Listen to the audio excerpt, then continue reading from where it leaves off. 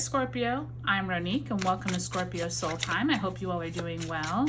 Today we're going to talk about the Taurus New Moon that occurs on May 19th, 2023 at 11:53 a.m. Eastern Standard Time at 28 degrees and 25 minutes of Taurus. Both the sun and the moon are sitting in Taurus. So Scorpio, welcome. If you haven't already liked, subscribed, commented, given my videos a thumbs up, I would really love if you would.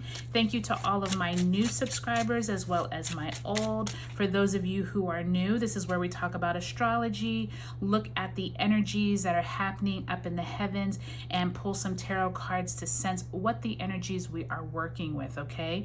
We are in, it's an interesting time, Scorpio, because we have just finished you all's eclipse there with that full moon on May 5th. That was your last one for about 9 to 10 years. So me as a fellow Scorpio, I'm really happy about that. But we are not completely finished with you and Taurus's axes. We will culminate that on October 28th of this year, which will be coming into your solar return. So there is this chance here, Scorpio, where these themes that you plant here at this Taurus new moon around your finances, around your job, your career, your possessions, they could culminate by the time we get into October, November. So just keep that in mind, that whatever seeds you're planting now, you may see over these next 6 months, okay?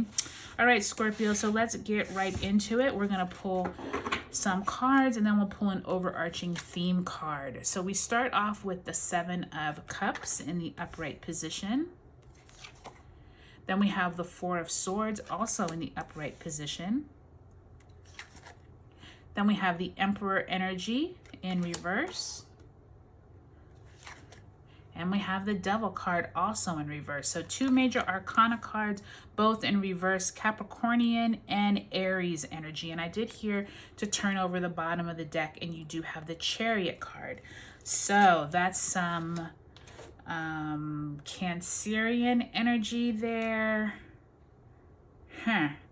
I was pausing for a moment because it's interesting that we have Cancer, Capricorn, Aries.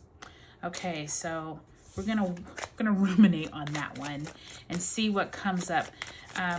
Spirit, please let us know where you want us to focus this reading for Scorpio for this Taurus new moon.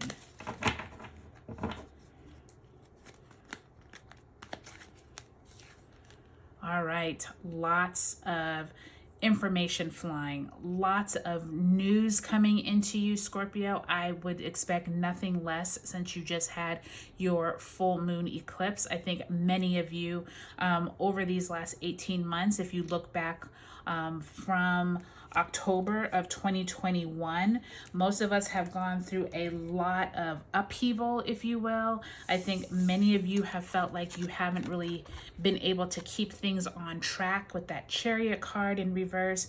Many of us, I think, have felt like, you know, you're just going and not really seeing the results of your actions. And I feel like during this next 6 months, Scorpio, is a great time for you to revisit what it is that you started possibly back in October, November of 21, where it was each eclipse cycle, each eclipse that you had in your sign from that date. Take a look at the eclipse playlist on Scorpio Soul Time. You can quickly just go back and look at your sign, see where your sun, moon, and rising signs was at those particular eclipses, because I am sensing, Scorpio, that you have a lot of options available to you, but Spirit doesn't want you to take all of them. Meaning, like, sometimes when you feel like you've been like all bottled up and haven't had like things going your way, now it almost feels like now that the eclipses are like, you know, coming to an end, you have all these opportunities and all these ideas, hence the 8 of Wands. But the 7 of Cups doesn't want you to kind of get into this analysis paralysis, right? Like you just have all these options. You're not quite sure which ones to choose. Spirit really wants you to take your time. That 4 of Swords is that energy of paying attention to your health, paying attention to like how much energy you're expelling and making sure you're putting it out in the right areas and not just like going after every shiny object, which is very easy, especially for Scorpio.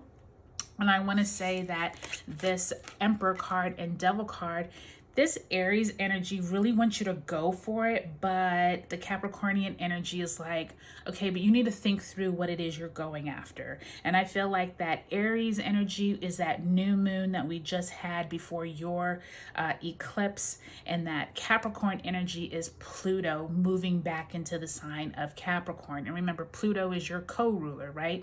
So it's almost like between the Mars and Pluto energy, that's almost what I'm feeling here with the Emperor.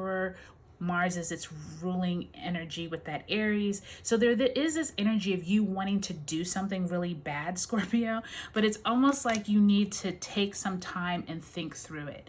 Don't rush into anything. Make sure you really have control of that Chariot. Really make sure you're kind of like planning out your energies so that you don't get ill, so you don't get sick there with that Four of Swords, okay? Really pay attention. Anytime you see that Seven of Cups, means you got a lot going on. You have that Eight of Wands, lot going on. Four of Swords, maybe too much going on, and now you're not feeling great, okay? So really concise, keep it down, edit, and really look at your sun, moon, and rising signs, and figure out, Scorpio, what few things you want to work on between now and October, and between now and your solar return, to make some of these cups really fruition, as opposed to all of them all at once. Okay, all right, Scorpio, I hope you all have a great Taurus new moon, and I'll talk to you later.